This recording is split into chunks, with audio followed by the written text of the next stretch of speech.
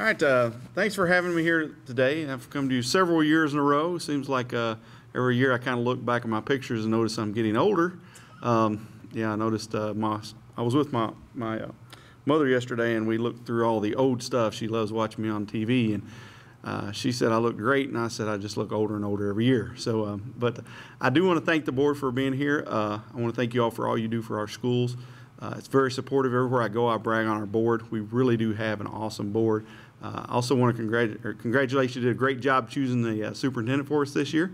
I would say that even if he wasn't here. I know that was a large task, but I do appreciate that. I have with me my assistant principal, Mr. Shane Rogers. He's been at the school for a long time. Do we know how many years? It's my 18th. 18th year. I've got great assistant principals, a great staff, and I'm happy to have them with us. Mr. Rogers is going to give you an Eagle Cash for all the great things you've done so far this year. So Eagle Cash has kind of become a staple at Scott High School. Mr. Rogers actually led that several years ago. And that, of course, is part of our report. But I thought you guys needed an Eagle Cash to make you Now, doesn't it feel good to get one? See, it does. It does. All right, we'll start by talking about some of our proficiency. I know you've read the numbers and the scores, so I won't read all the scores with you, but I will notice that science and writing went up for us last year. This is actually one of the first years that science collaborated and worked together to move toward, we talked about the next gen standards, which is more of a scientific thinking based system, less content based and more trying to think like a scientist. We feel that's why we got some growth there. Our reading and math is down.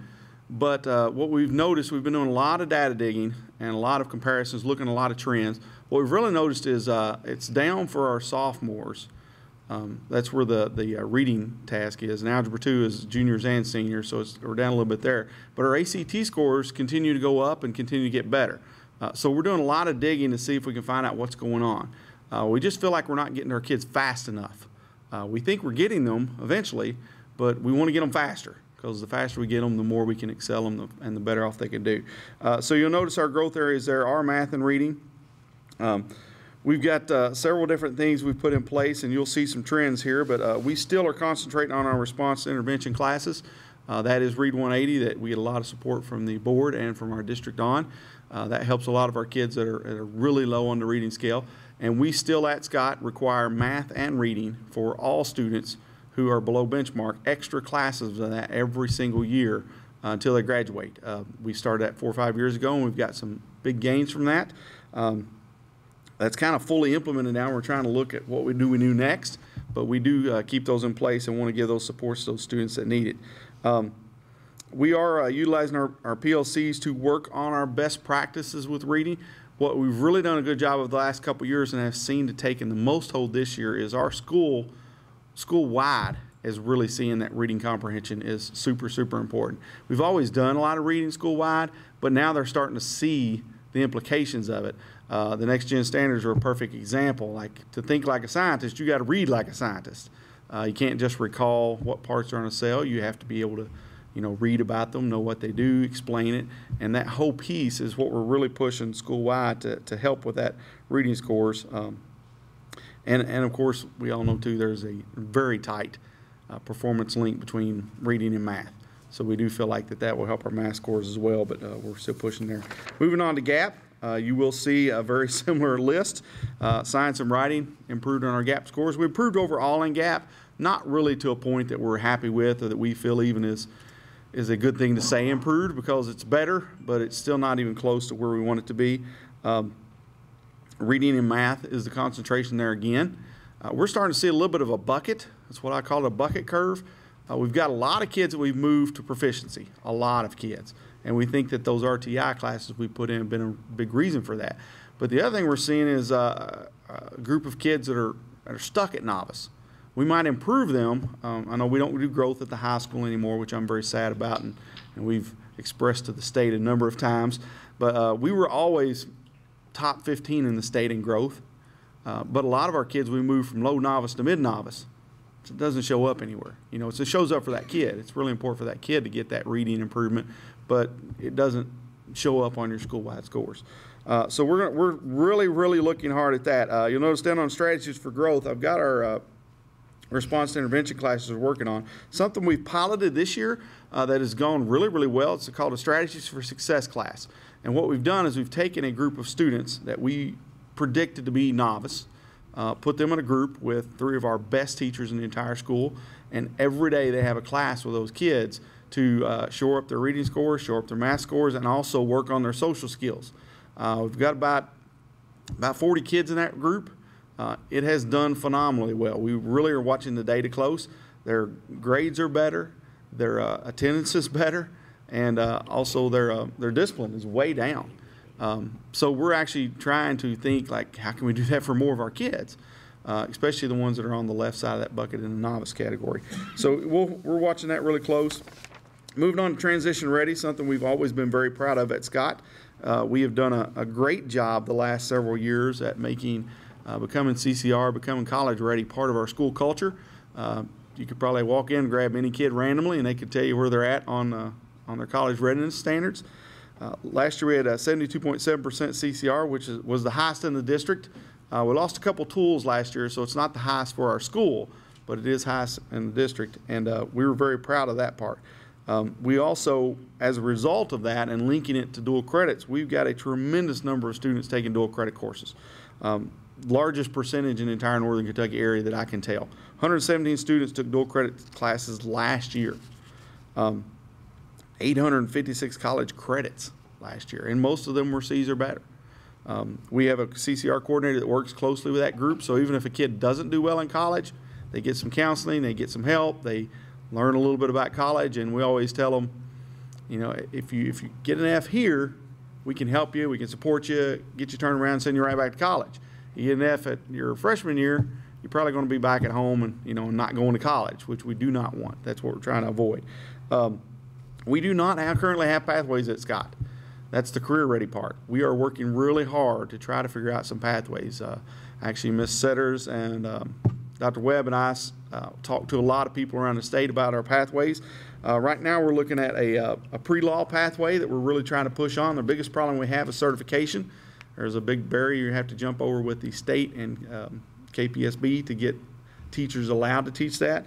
We're also looking at a Homeland Security pathway. We feel like we've got a lot of interest in those 2 areas, and we're hopeful from our conversations that we'll be able to put those in place and get some kids in those pathways.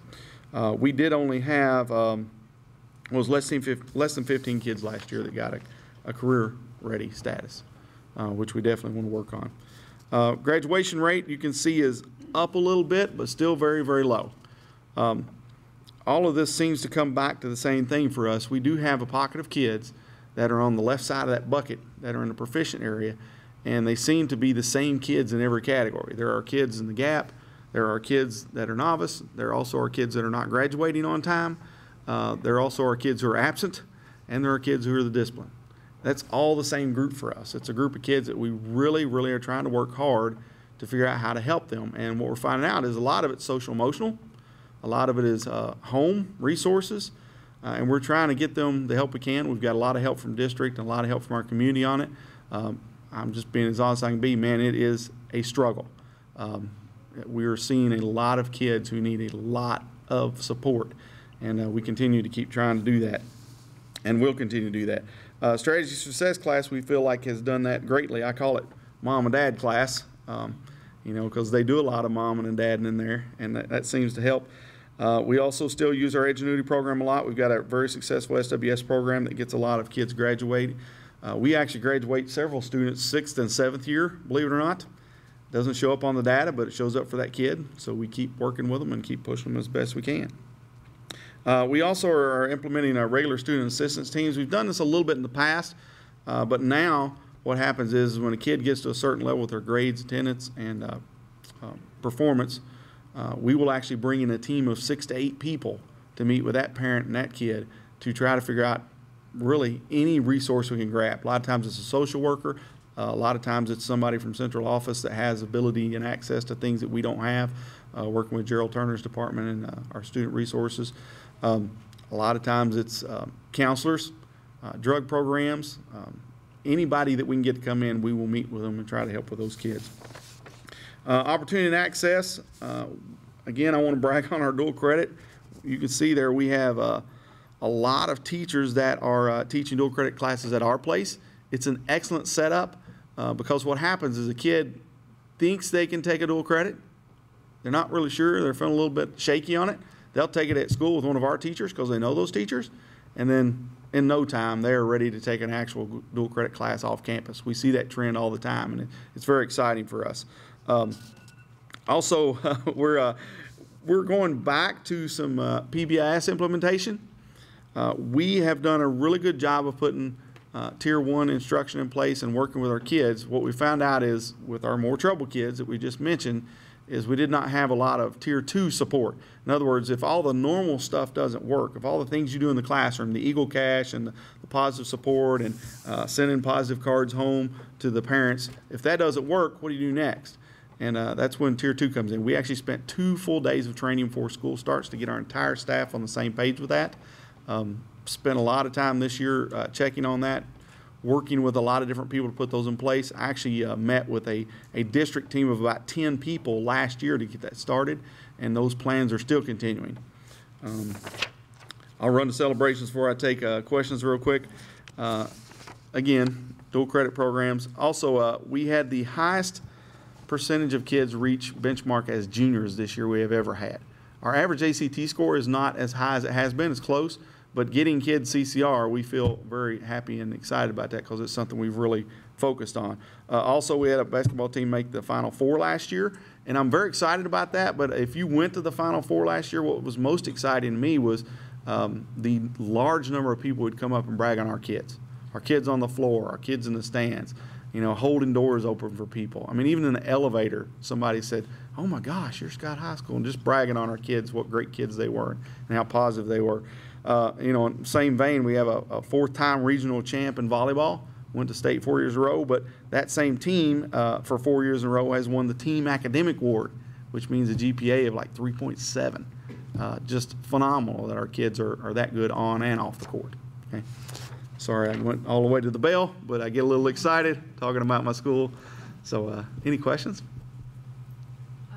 What makes you most proud as a team, Scott High School? It's the culture of the school and the kids and the community. There is nothing at the school that goes on without our kids and our parents and everything being involved. Our parents came in this morning and gave breakfast to every single kid at our school to appreciate them for their hard work at Scott High School. I mean, yeah, it is. It's super nice, and the kids are very thankful for it. We were talking the other day, like, you know, our biggest ally now is our kids. They'll see something, they'll see a concern, they'll see something we need to deal with, and they will immediately come to us and work with us and contact us. And they see the kids that have the high needs just as much as we do, and they're very concerned about it. I was actually, this is one that blew me away too, is I was sitting in the English class, and one of the kids, you know, they're asking about personal essay information, and one of the kids, you know, mentions that they're gay and their girlfriend and that kind of stuff. And the rest of the kids, like, it's just a normal conversation. It's not a issue to them. It's, you know, it's the culture of the school. We're going to accept you as what you are. We're going to help you. We're going to reach out to you. And we're all here together being positive and moving forward. What do you hope to tell us next year? That we have gotten a lot of help for our neediest kids. We really are still pushing. Miss Ison sent me last week, I think we've got almost 15 students in at-school counseling programs at the school, you know, and we just keep sending them. We keep sending them. I'm afraid we're going to run out of resources, but every time we send a kid that needs counseling, somehow our central office and our community finds a way to help them.